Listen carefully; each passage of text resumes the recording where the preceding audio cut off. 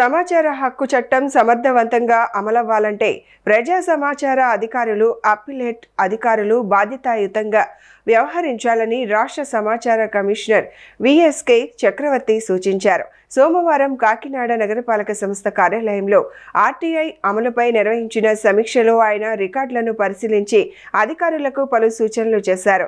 దరఖాస్తుదారులు కోరిన సమాచారాన్ని చట్టంలో పేర్కొన్న గడువులోపు పూర్తి స్థాయిలో అందించాలని, తెలుగులో సమాచారం కోరితే తప్పనిసరిగా తెలుగులోనే ఇవ్వాలని స్పష్టం చేశారు.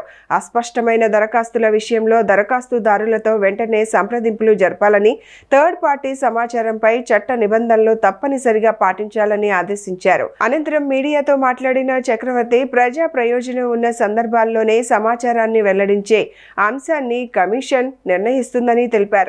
సమాచార హక్కు చట్టం క్షేత్రస్థాయిలో ఎలాగ అమలవుతుందో పరిశీలించడానికి కాకినాడ జిల్లా పర్యటనకి రావడం జరిగింది. అందులో భాగంగా తొలుత మున్సిపల్ కార్పొరేషన్ ఆఫీస్లో సమీక్ష నిర్వహించి ఇక్కడ పిఏఓలు, ఎఫ్ఏఎల్తో సమీక్ష నిర్వహించడం జరిగింది. వాళ్ళు మెయింటైన్ చేస్తున్న 41B రికార్డ్స్ కూడా తనిఖీ చేస్తున్నాం ప్రస్తుతం. అందులో భాగంగా ప్రధానంగా ఇక్కడ చూస్తున్నది ఏంటంటే అన్ని మున్సిపల్ ఆఫీసుల్లో కూడా మా ముందుకు వస్తున్నవి టౌన్ ప్లానింగ్, తర్వాత ఇంజనీరింగ్ సెక్షన్ సంబంధించిన దరఖాస్తులు ఎక్కువగా వస్తున్నాయి సమాచారం కోసం.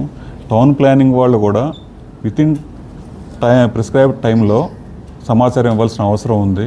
అలాగే ఇచ్చే సమాచారం కూడా సమగ్రంగా ఇవ్వాలని ఈరోజు చెప్పడం జరిగింది. కాబట్టి సమాచార హక్కు మీద ఉద్యోగులందరూ కూడా అవగాహన పెంచుకోవాల్సిన అవసరం ఉంది. సమాచార కమిషన్ కూడా త్వరలో రాష్ట్ర వ్యాప్తంగా పిఏఓలకి, ఎఫ్ఏఎల్కి అవగాహన సదస్సులు ఏర్పాటు చేయాలని నిర్ణయించింది. అలాగే పబ్లిక్ కూడా సమాచార హక్కు మీద ఒక అవగాహన కార్యక్రమాలు నిర్వహించడానికి కూడా కమిషన్ ప్లాన్ చేస్తుంది. ఇందులో భాగంగా కాలేజీ స్థాయి నుంచి కూడా విద్యార్థులకి సమాచార హక్కు, దాని స్ఫూర్తి ఏమిటి అనేది తెలియజేయాలని నిర్ణయించుకున్నాం. జెన్జీకి కూడా ఈ యాక్ట్ గురించి తెలియాల్సిన అవసరం ఉంది.